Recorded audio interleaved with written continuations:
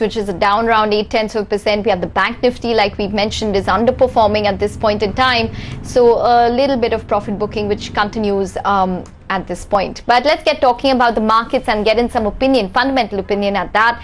Anshu Kapoor, Head of Investment Managers at Edelweiss Wealth, joins in with his view. Anshu, hi, welcome to the show. If you could just start by telling us what kind of strategy are you adopting ahead of the budget? It is expected to be a growth budget, but would you be taking some profits off the table now? Thank you, Ekta. Great to be on your show. Well, budget is an annual exercise, and obviously there is a lot of volatility, usually pre-budget and immediately following the budget. Mostly we advise clients not to do anything during these 7 to 10 days. And anyways, we had built up the long positions because we've been constructive on the markets. So right now we are just waiting and watching. I don't think we are going to change anything. And obviously there's some amount of profit booking that is happening, but also that is linked to a global factor. There's a little bit of profit booking at an emerging markets level as well. So we hope that this will all kind of normalize after the budget, maybe 4 to 5 days after the budget, as all the policy measures are absorbed by the markets, and then maybe we can further try and align our strategies.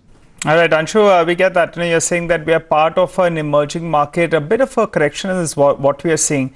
But what is the market fearing from budget 2021? That we're seeing a 500-point correction in less than 5 days odd.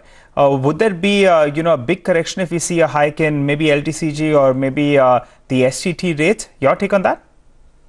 See, like I said, obviously the markets also went up equally fast. And there is a little bit of profit correction. I think the FPI is also taking a little bit money off the table. But regardless of, some of these measures that the markets may be fearing or maybe anxious about, we do not see a big correction happening to the markets for the simple reason that I think the economy is reviving and surprisingly reviving very fast. So that is a big factor that will give natural support to the market. So overall, there could be a little bit of short-term aberration, volatility, but we do not expect that it will last. Market should hold. What are the sectors that you would probably be the most bullish on in terms of sector allocation? Right, Ekta. I think a big cycle is reviving in India. And you must have noticed the way the corporate results have come out.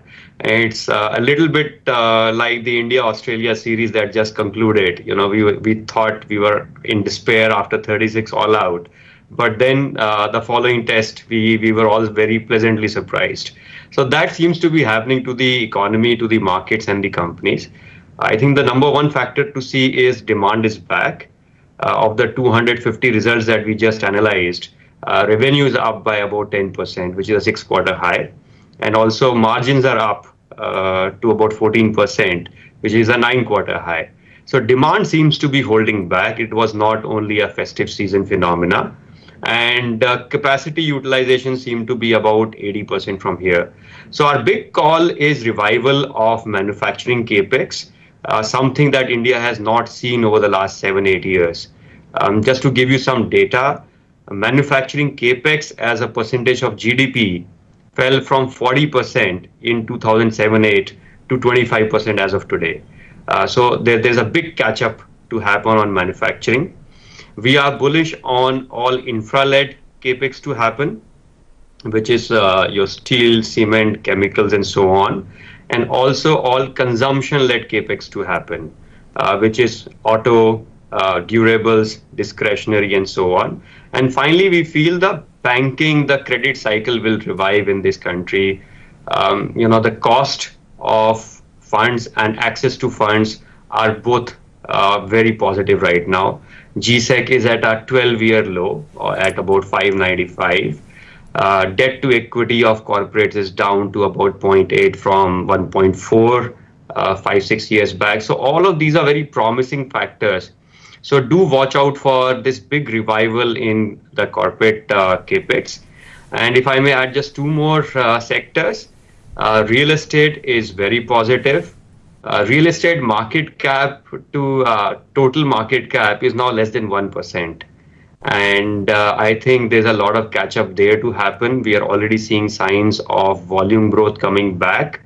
In pre-COVID times, India used to sell about 80,000 units a quarter. We are back to about 60,000 units a quarter. We had slumped to 10,000 units a quarter. So I think real estate is very constructive.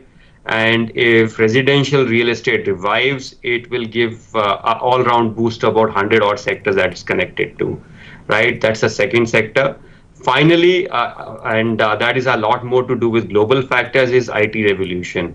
The whole IT sector, the IT space, we are very positive on, regardless of the run-ups that you have seen in their stock prices. Very constructive on IT. See, our IT exports are about $190 billion today.